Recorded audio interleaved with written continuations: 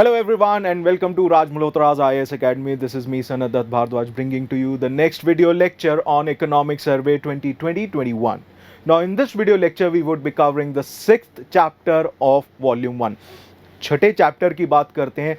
हम पूरे प्रोसेस से गुजरे हैं, पहले से लेके 5th चैप्टर तक आपने वीडियोस जरूर देखी होंगी. And as promised I have brought you the 6th chapter. Now in this 6th chapter we would be covering a very important topic and that is process reforms. तो जो regulatory measures हैं India के अंदर, जिस तरीके से bureaucratic processes चलते हैं, उन प्रोसेसेस के अंदर क्या इश्यूज हैं, क्या चैलेंजेस हैं, we'll be covering that. Now decision making process के अंदर जो अनसर्टेनिटी है, वो जो अनसर्टेनिटी का एलिमेंट है, उसको कैसे टैकल करना चाहिए, इन सब चीज़ों के अंदर कुछ एग्जांपल्स देखेंगे. फॉर एग्जांपल लेबर रिफॉर्म्स हो जाएं, फॉर एग्जांपल मान लीजिए ओएसपी अदर सर्विस प्रोवाइडर्स की हम बात कर लें. सो इस चैप्टर के अंदर बहुत गहराई से इन सब चीज़ों की चर्चा की गई है. नाउ हम भी उतनी ही गहराई से नहीं, उससे एक कदम आगे जाकर, जैसे यूपीएससी आपसे डिमांड कर सकता है क्वेश्चंस और उनके आंसर्स कैसे अप्रोच करने चाहिए, हम इस सब चीज़ों की चर्चा करेंगे. सबसे पहले देखेंगे the theme and purpose of this chapter. For example अगर मैं बात करूं रेगुलेटरी सेटअप की, रेगुलेटरी मैकेनिज्म्स की in India, so it is not that we lack regulatory mechanisms. ऐसा नहीं है कि हमारे यहाँ पे रेगुलेटरी मैकेनिज्म्स की कमी है, बट कमी है एक चीज की, और वो है इफेक्टिवनेस.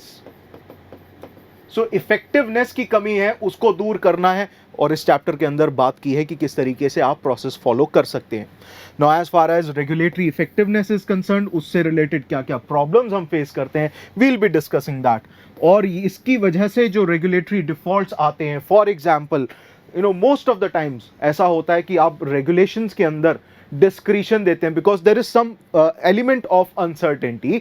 आप जब भी किसी भी प्रोसेस या किसी भी कॉन्ट्रैक्ट के अंतर्गत जाते हैं तो आपको नहीं पता होता है कि उसका आउटकम क्या निकल कर आएगा, और क्योंकि आउटकम का नहीं पता होता है, outcome is uncertain, so regulatory framework एक ओपन एंडेड अप्रोच लेकर चलता है एंड वो कोशिश करता है कि सभी प्रकार के पर्सपेक्टिव्स को वो अकाउंट में ले सके. But that is a highly uncertain process. उसके अंदर अनसर्टेनिटी बढ़ जाती है एंड जिसकी वजह से होता क्या है, it gives rise to one thing and that is discretion.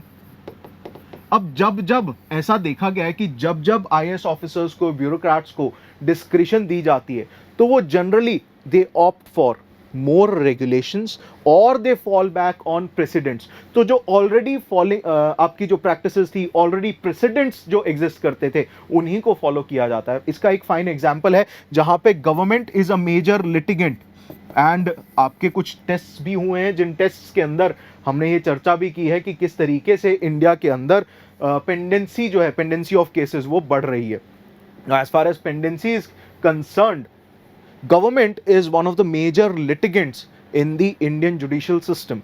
So ऐसे में government and particularly bureaucracy वो हमेशा लिटिगेशन की तरफ चली जाती है. सो एक फॉल बैक प्रोसीजर है, एक कॉमन प्रोसेस है जिसको फॉलो कर लिया जाता है, जो कि पहले भी फॉलो किया जा रहा था. ये अप्रोच गलत हो जाती है. So all these things will be covering and उन प्रॉब्लम्स को ओवरकम कैसे करना है, उस प्रोसेस को देखेंगे. Certain reforms, particularly labour reforms, उनकी चर्चा करेंगे, और उसके साथ साथ other service providers, for example BPOs, उनकी चर्चा करेंगे. And as usual I have brought in certain important facts from this chapter. Now चलिए शुरुआत करते हैं, देरी नहीं करेंगे, फटाफट से देखते हैं. सबसे पहली चीज, the theme of this chapter conveys कि जो इंडिया का एडमिनिस्ट्रेटिव प्रोसेस है, इसके अंदर जो प्रॉब्लम्स हैं, it is less on account of lack of compliance. ऐसा नहीं है कि आपका रेगुलेटरी प्रोसेस है और उसके अंदर कंप्लायंस नहीं हो रही है, मतलब आपने रूल्स बनाए हुए हैं लेकिन उसको फॉलो करने वाले लोग नहीं है, ऐसा नहीं है. लेकिन it is because of the regulatory standards जिसके अंतर्गत आप ओवर रेगुलेशन कर रहे हैं. Over regulation is a problem and not regulation.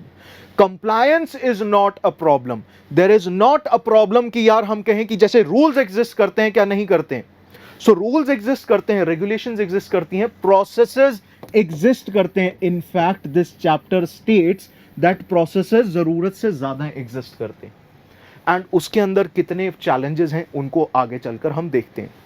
Now as far as regulatory effectiveness and the problems associated are concerned, the very first thing that we'll have to understand is the effectiveness of a process. और एक बहुत simple सी बात है, वो simple सी बात ये है कि जब इंडिया की हम बात करें तो उसका कंपैरिजन किया जाता है, जहां पर भी कंपैरिजन होता है तो हम बेहतर परफॉर्म कर रहे हैं as far as compliance is concerned and compliance to those processes are concerned, as far as regulations are concerned. तो चाहे रेगुलेशंस हो चाहे कंप्लायंस टू दोज प्रोसेसेस हो, हम बेहतर परफॉर्म कर रहे हैं। इनफैक्ट एक्सेप्ट साउथ अफ्रीका, हम ऑलमोस्ट ऑल प्रोसेसेस के अंदर जहां पर भी ड्यू प्रोसेस ऑफ लॉ की बात आती है, साउथ अफ्रीका को छोड़कर हम बाकी सारे ब्रिक्स नेशंस में बेहतर परफॉर्म कर रहे हैं। ब्राजील, रशिया, चाइना, इन सब से बेहतर परफॉर्म कर रहे हैं।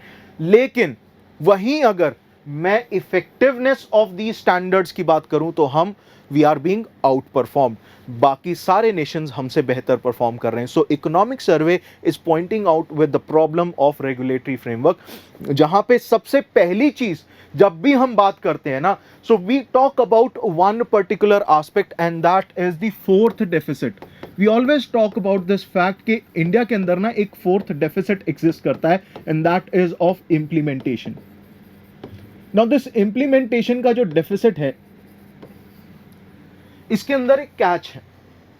It is not that we do not have regulatory frameworks, but the problem is, the menace is in this fourth deficit, the menace is not of compliance but of over regulation and falling back on these procedures rather than supervision.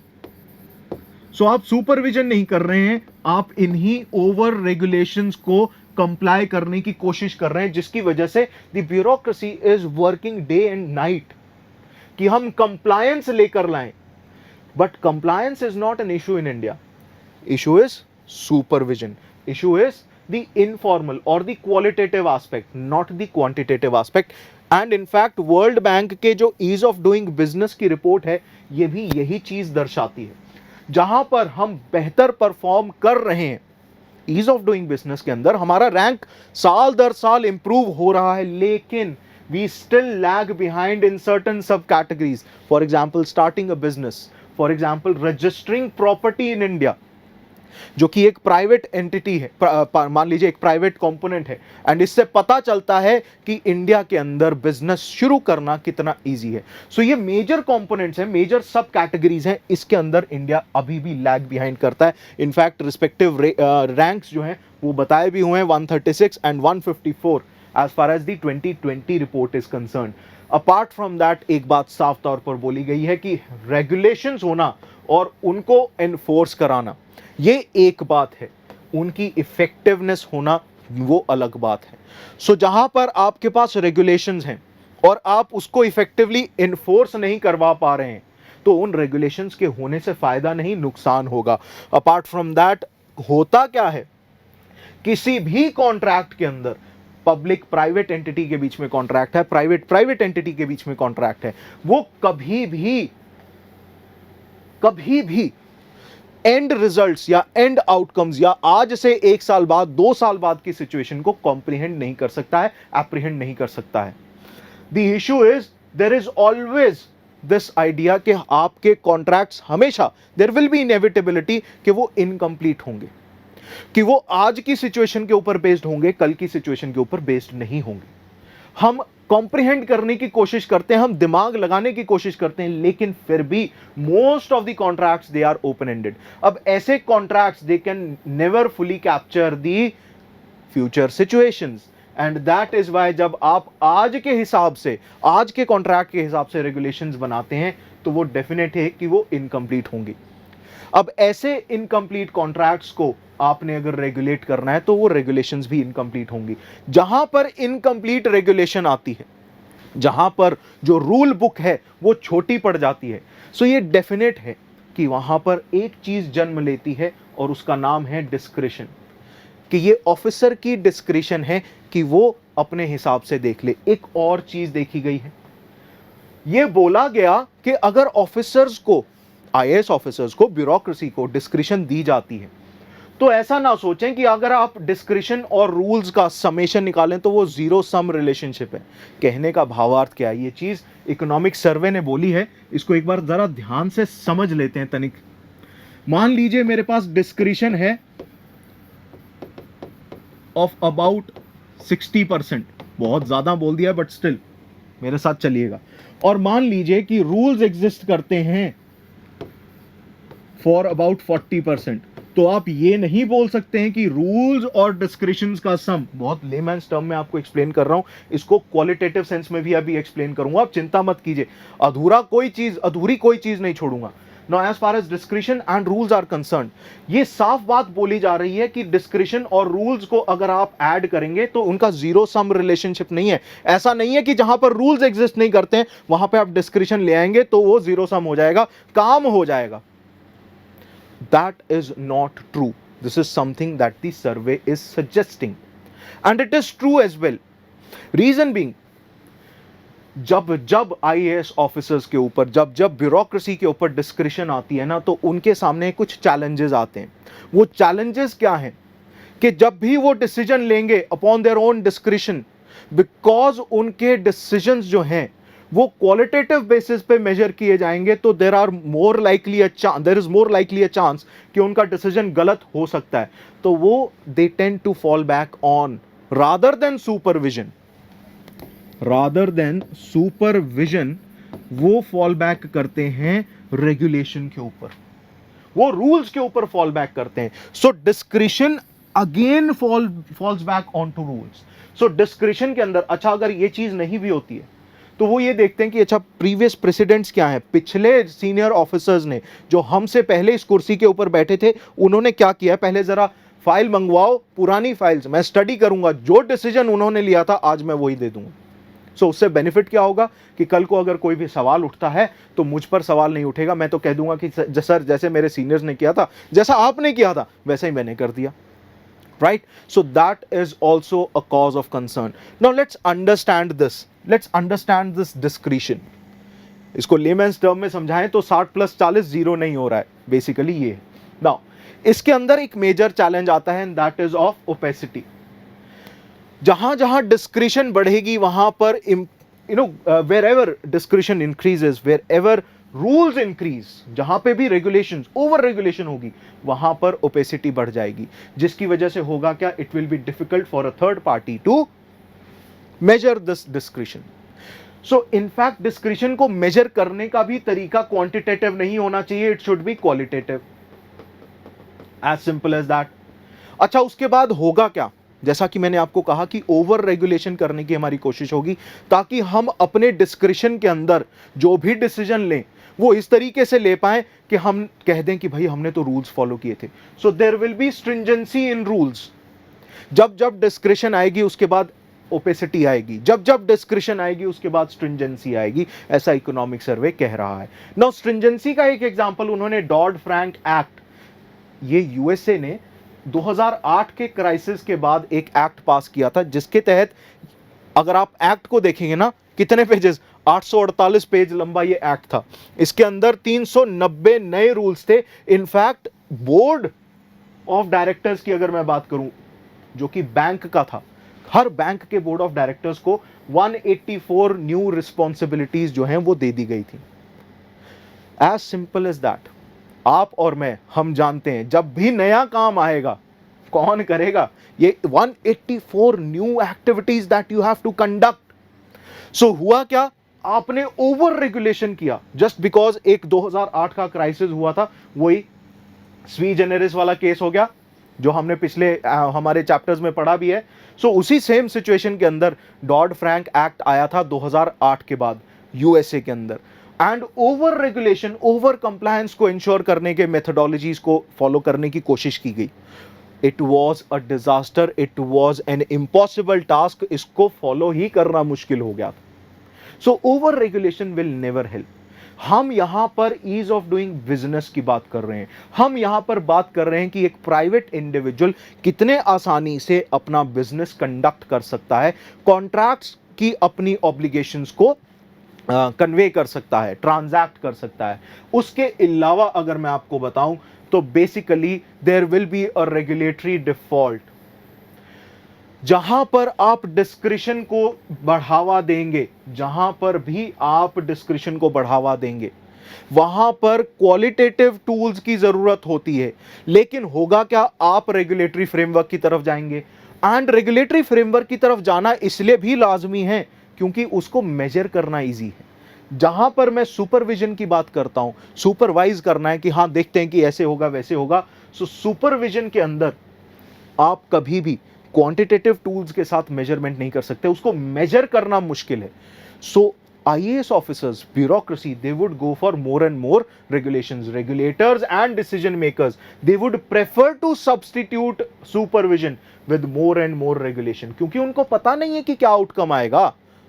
अगर आप public administration के students हैं, अगर आप political science के students हैं, so this is something that is very much useful for you guys. In fact GS2 के governance related topics के अंदर जहां पब्लिक पॉलिसी से रिलेटेड एस्पेक्ट्स आते हैं, वहां पर ये यूजफुल हो सकता है। अपार्ट फ्रॉम दैट GS3 में ये बात यूजफुल हो सकती है, इसको याद रखिएगा। एंड GS4 में भी यूजफुल हो सकती है, ethics and probity in governance. So probity के अंदर आप याद रखिएगा, जब भी सुपरविजन की बात आती है, so if an IAS officer has to supervise, तो उसकी सुपरविजन को मेजर करना मुश्किल है, वो क्वालिटेटिव टूल्स से मेजर होगा। इसी वजह से bureaucrats they may even choose not to exercise their discretion, या तो वो फाइल्स पे बैठ जाएंगे या फिर they would substitute supervision with mechanical regulations. For example, इसका एग्जांपल दिया है जहां पर टेंडर बिडिंग के प्रोसेसेस हुआ करते हैं, जहां पर they want to avoid future questioning. So वो क्या क्या करते हैं, एंड एक बार हम एक काम करते हैं, इसका एनालिसिस देख लेते हैं। Now basically the first problem is, जहां पर regulation it can be easily measured through a criteria, एक चेकलिस्ट हो सकती है। आप ना तो क्वांटिफाई कर सकते हैं, ना ही आप चेक कर सकते हैं कि सुपरविजन की क्वालिटी कैसी है। So you need qualitative tools. So इसका प्रोसेस नहीं है हमारे पास। ऊपर से एक नेचुरल टेंडेंसी है कि हम सुपरविजन को सब्स्टिट्यूट कर देते हैं with more and more regulations without exercising our discretion, कि हम, हमारे पास जो अथॉरिटी दी गई है हम उसको फॉलो नहीं करते। And this is something that I am feeling right now as well, but I for one would have preferred exercising discretion. जो बोल्ड IAS ऑफिसर्स होते हैं ना, जो बोल्ड ब्यूरोक्रेसी में कह लीजिए ऑफिसर्स होते हैं, वो लोग डिस्क्रिशन फॉलो करते हैं and they come out with great outcomes as well. So लेकिन जो बेसिक आपके रेगुलेटरी फ्रेमवर्क के शिकार हो जाते हैं, they fall back on more and more regulations, they follow more and more rules, compliance के ऊपर फोकस करते हैं, उन कंप्लायंस के बेसिस पे इफेक्टिवनेस के ऊपर फोकस नहीं करते हैं। ऐसा लग रहा है जैसे पब्लिक एडमिनिस्ट्रेशन की क्लास है, but stay with me guys, this is really important. Now this is led to a major issue, for example increased regulatory arbitrage.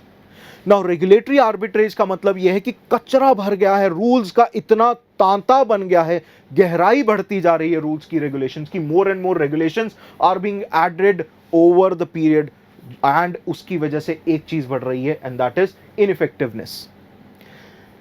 Bank regulations increase हुई पिछले कुछ समय में। Now this has led to a very important aspect, and that is shadow banks. Shadow banks का concept निकल कर आ गया, and that has also led to non banking financial intermediaries, जो कि ज्यादा ट्रांसपेरेंट नहीं है, इनके प्रोसेसेस के अंदर ट्रांसपेरेंसी नहीं एग्जिस्ट करती है, और ना ही इनके प्रोसेसेस में रेगुलेशन है। So basically this is a major cause of concern, जहां पर आप ओवर रेगुलेशन करने की वजह से you are basically killing an industry, right? And now let's compare the entire set of countries. एक एक करके सारी कंट्रीज को थोड़ा सा कंपेयर करते हैं। ये आपको जो ब्लू दिख रहा है, दिस इज इंडिया। कंपैरिजन क्या है? बेसिकली रेगुलेटरी क्वालिटी का, इफेक्टिवनेस का कंपैरिजन है। यहां पे इसी के बगल में है Brazil. So if you notice, Brazil भी इंडिया से कम है, थोड़ा सा ही डिफरेंस है बट कम है। वहीं अगर साउथ अफ्रीका की मैं बात करूं तो साउथ अफ्रीका इंडिया से ज्यादा है, एंड बाकी सारे ब्रिक्स नेशंस वो पीछे आ जाते हैं। So as far as effectiveness of regulatory compliances are concern, not just compliances, regulatory framework की इफेक्टिवनेस क्या है? What do you mean by effectiveness? Always remember, whenever I talk about effectiveness, it means outcomes. Purpose क्या था उस regulatory framework का? उस purpose के पीछे जाना है। सो पर्पस क्या था, आउटकम क्या था? Ease of doing business. Purpose क्या था, आउटकम क्या था? कि हमें चाहिए कि मिनिमम टाइम में minimum governance, minimum government, maximum governance. So you want कि आप टाइम फ्रेम को रिड्यूस करें, जितना समय लगता है एक इंडस्ट्री को सेटअप करने में उस समय रेखा को कम करें। फॉर एग्जांपल जैसे टेस्ला के साथ हुआ। So those things that should happen. So यही आउटकम्स हमें चाहिए। नाउ अपार्ट फ्रॉम दैट, अगर मैं चाइना की बात करूं, चाइना के अंदर भी अगर कंपैरिजन किया जाए तो इफेक्टिवनेस इंडिया से कम है। लेकिन वहीं अगर मैं सिंगापुर की बात करूं, ऑलमोस्ट 100% है। Do you see that? So हमारा टारगेट चाइना नहीं है, ना ही ब्राजील है, ना ही रशिया है। हमारा टारगेट तो ये है सिंगापुर। अंडरस्टूड? सो उसके अंदर हमें अब समझना होगा कि किस तरीके से आगे चलना चाहिए। How will we overcome all these problems? सबसे पहली चीज, एक एक्स एंट हमारी अकाउंटेबिलिटी को स्ट्रेंथन करना होगा। What is ex ante and what is ex post? Ex ante होता है, मान लीजिए यहां पर रेगुलेटरी फ्रेमवर्क शुरू हुआ, इससे आगे चलते रहे ये प्रोसेस चलता रहा और यहां पर रेगुलेटरी फ्रेमवर्क का प्रोसेस खत्म हो गया।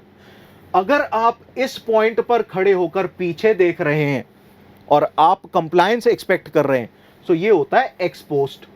एक बार हो गया सारा कुछ, फिर आप देख रहे हैं। सो ये एक्स पोस्ट ऑडिट जनरली कौन करता है? कैग करता है। और ये कैग की कमियों का एक हिस्सा भी है। आप लक्ष्मीकांत पढ़ते हैं, आपने नोटिस भी किया होगा that this is a major problem. जहां पर सब हो जाता है, जब सांप निकल जाता है तो हम लकीर पीट रहे हैं। So that is a major cause of concern.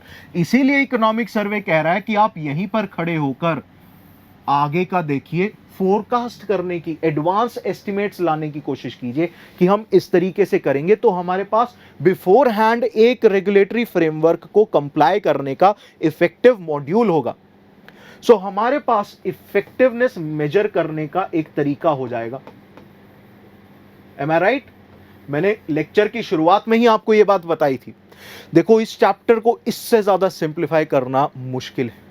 सो आप एक काम याद रखिएगा, this is something that you will be able to use in your essays, in your GS2, in your GS3, in your GS4 and your optional subjects. Prelims में यहां से सवाल बन सकता है। So just make sure that you make your notes and as promised I will be delivering PDFs as well. बहुत जल्दी आपको इसके क्वेश्चंस भी मिलेंगे। So you do not have to worry about anything. Now as far as transparency is concerned, तो decision making process के अंदर आप ट्रांसपेरेंसी लेकर आइए। इसका एक एग्जाम्पल है गवर्नमेंट ई मार्केट प्लेस। पहले क्या होता था? पहले किसी भी ऑफिस के अंदर आपने कोई भी चीज सप्लाई करनी होती थी तो टेंडर्स निकलते थे, टेंडर्स को भरा जाता था, फिर उसके बाद सारा प्रोसेस होता था एंड देन प्रोक्योरमेंट होती थी। अब ये नोटिस किया गया है, जब आप गवर्नमेंट ई मार्केट प्लेस के थ्रू आप सारा प्रोसेस करते हैं तो उन्हीं गुड्स और उन्हीं सर्विसेज के अंदर प्राइसेस की अगर मैं बात करूं तो 15 से 20% की गिरावट आती है। सरकार को सस्ता मिल रहा है, कम टाइम में मिल रहा है, इससे बेहतर क्या हो सकता है? एंड ट्रांसपेरेंसी है, ऑनलाइन पोर्टल है, आप सारा फॉर्म फिलअप करते हैं, सब प्रोसेस ऑनलाइन है। So entire procurement is online and this is one fine example जिसकी वजह से डायरेक्ट परचेज रेट्स के साथ अगर मैं कंपेयर करूं उसमें गिरावट आ जाती है। अपार्ट फ्रॉम दैट, ना सिर्फ एक्स एंट, सिर्फ और सिर्फ स्टार्टिंग प्रोसेस की बात नहीं है। आप एडवांस एस्टिमेट्स नहीं देंगे, सिर्फ और सिर्फ वही नहीं चाहिए। अभी और है, अभी और सुनिए, एक्स पोस्ट रेजोल्यूशन प्रोसेस को भी रेजिलिएंट बनाइए। इसका example insolvency and bankruptcy code, labour codes and various other institutions. इसके अंदर let's just understand one point, just one major point जो कि आपको देखना चाहिए, और वो है ये होता क्या है, हमारे टाइम और हमारा रिसोर्स वेस्ट हो रहा है। जैसा कि मैंने आपको पहले भी बताया था that government is a major litigant as far as pendency of cases are concerned and in fact होता क्या है, रूटीन अपील्स में जाते हैं गवर्नमेंट के departments. And my father, I have experience in law as well, so my father used to go for a lot of cases जहां पर होता क्या था, जो सीनियर ऑफिसर्स हैं, सीनियर IAS ऑफिसर्स, बचने के लिए, क्योंकि they don't want to use their discretion, what they used to do was they used to follow a default precedent कि हमारे सीनियर्स क्या करते थे, वो अपील में जाते थे। सो हो क्या रहा है, अपील में सरकारी डिपार्टमेंट, सरकारी महकमे जा रहे हैं एंड इसकी वजह से they have become a major litigant. And एक चीज तो तय है ये बात पता चलती है, हमारे सर्वे के अंदर ये बात बोली गई है कि हमारा सक्सेस रेट तो है सिर्फ 27%। मतलब 100 केसेस में से सिर्फ 27 केस सरकार जीतती है, बाकी सब हारती है। एंड इनफैक्ट ये देखा गया है कि जो कॉस्ट ऑफ लिटिगेशन है इंडिया के अंदर, इट इज समवेयर अराउंड 31%। मतलब अगर 100 करोड़ का केस है तो 31 करोड़ रुपए तो खर्चा हो जाएगा सिर्फ केस चलाने के लिए। And it is highest, one of the highest among various OECD Nations. In fact अगर आप भूटान की बात करें, इट इज 0.1%। सो आप इस तरीके से कंपैरिजन कर सकते हैं, नेबरिंग कंट्री है, 0.1% वाले फैक्ट को आप यूज कीजिए। OECD कंट्रीज का एवरेज 21% है, हमारा 31% है। ग्लोबल एवरेज अगर मैं मेजर कंट्रीज की बात कर रहा हूं, OECD कंट्रीज मेजर कंट्रीज हैं, 31% हमारा है, 21% उनका है। एंड इसकी वजह से आप नोटिस करेंगे world ease of doing business report के अंदर हमारा रैंक पीछे छलकता है। एंड कारण क्या है?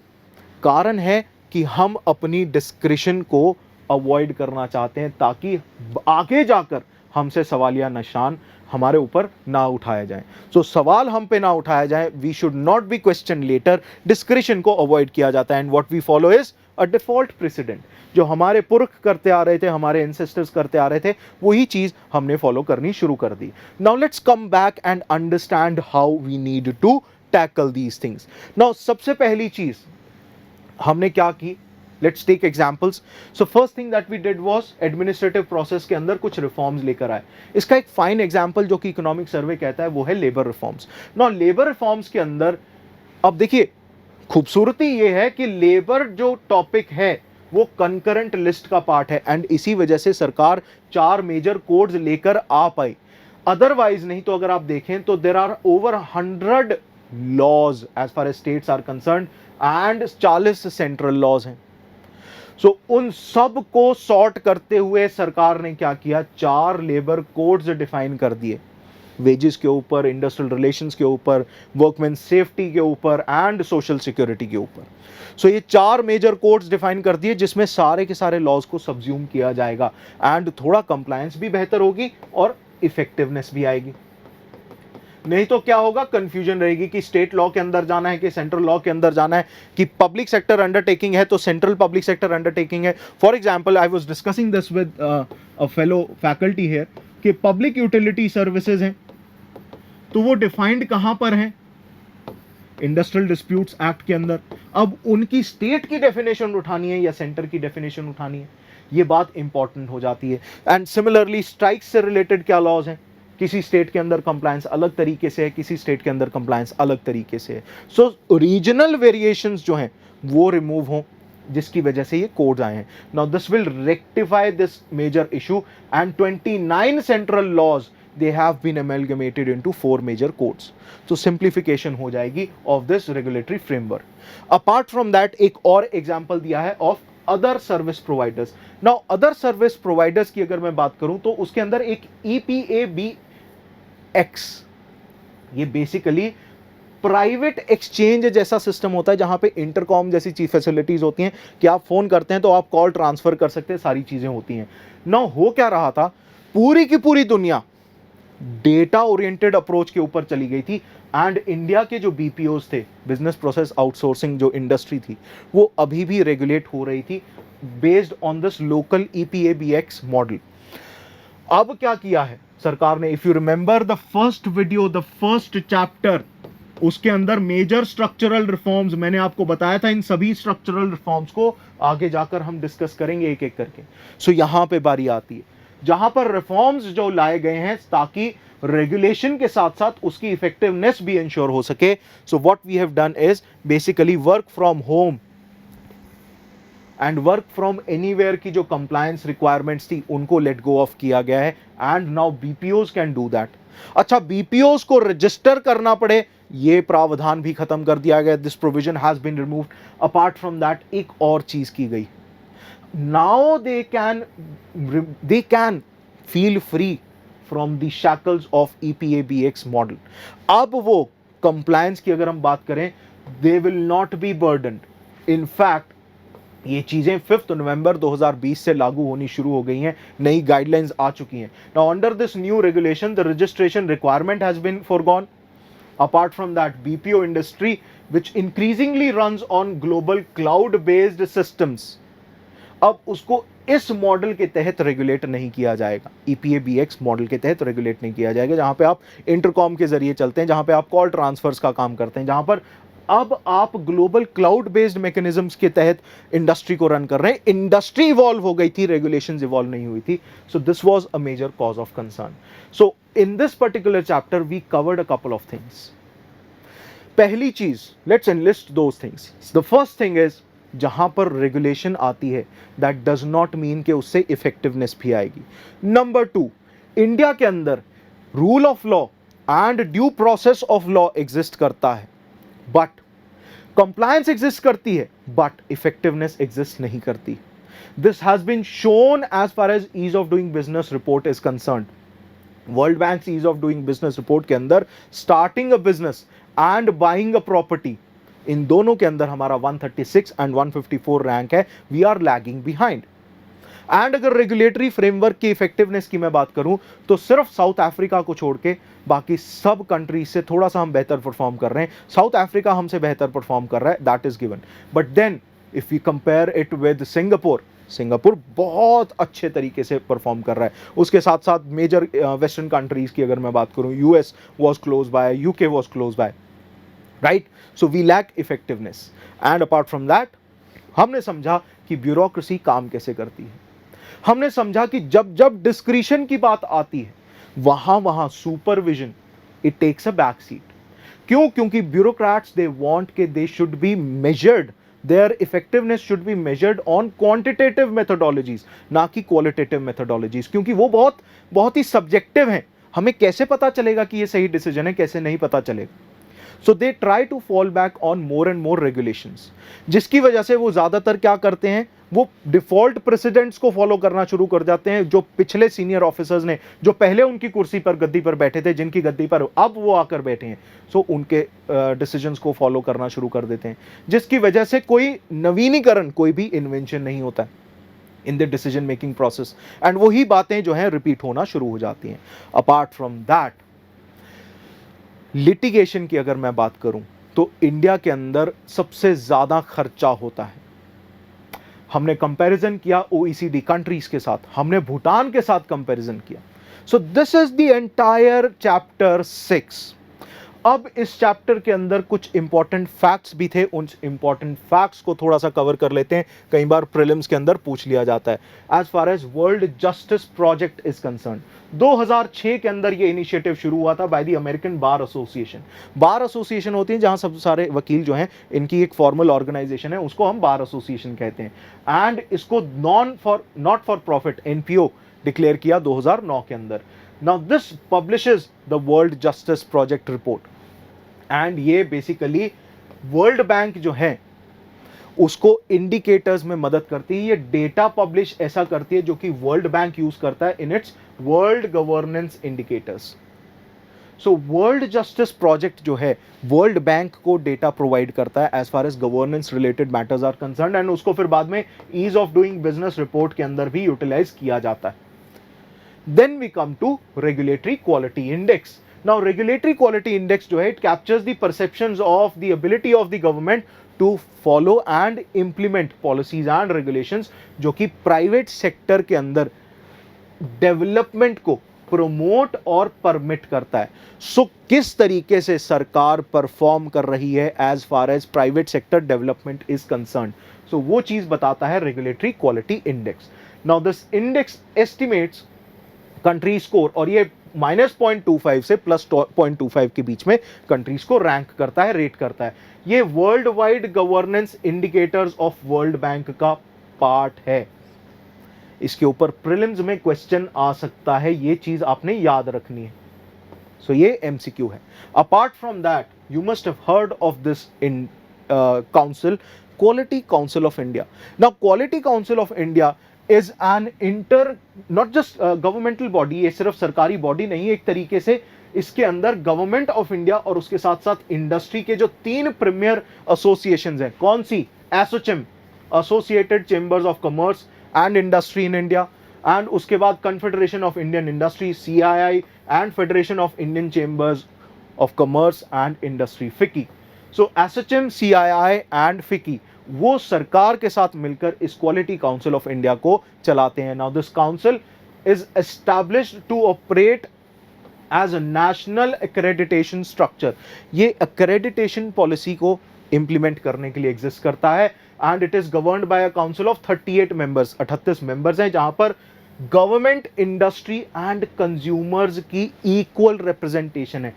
This is the keyword, consumers are involved, and apart from that the chairman is appointed by the prime minister on the recommendation of the industry। काम क्या है? काम बेसिकली क्वालिटी एश्योरेंस का है। काम बेसिकली एक एक्रेडिटेशन स्ट्रक्चर क्रिएट करने का है कि इंडिया के अंदर जितनी भी गुड्स एंड सर्विसेज प्रोड्यूस हों उनको किस तरीके से आप कंप्लायंस एंड उनकी कह लीजिए क्वालिटी को इफेक्टिवली इंप्लीमेंट कर सकते हैं। And department of industrial policy and promotion, जिसको हम कहते हैं DIPP, this is the nodal agency and ministry of commerce and industry के अंदर आता है this quality council of India. Now with that we end this chapter and I will be seeing you again with another chapter. Now thank you so much guys, you have been an amazing audience in this chapter. I hope आप सबको सब चीजें clear हो गई हो। Write down in the comment section कि अगर आपको मेरे से इससे रिलेटेड कोई भी डाउट्स हैं, कितने भी डाउट्स हैं, आपके डाउट्स साथ के साथ क्लियर किए जाएंगे in the live chat section, in the comment section. Do make sure you share this video with your friends and family so that उनको भी समझ आए कि इंडिया के अंदर ये जो 4th डेफिसिट है ऑफ इम्प्लीमेंटेशन उसके कारण क्या है। Thank you so much, have an amazing day ahead, bye bye, take care, God bless.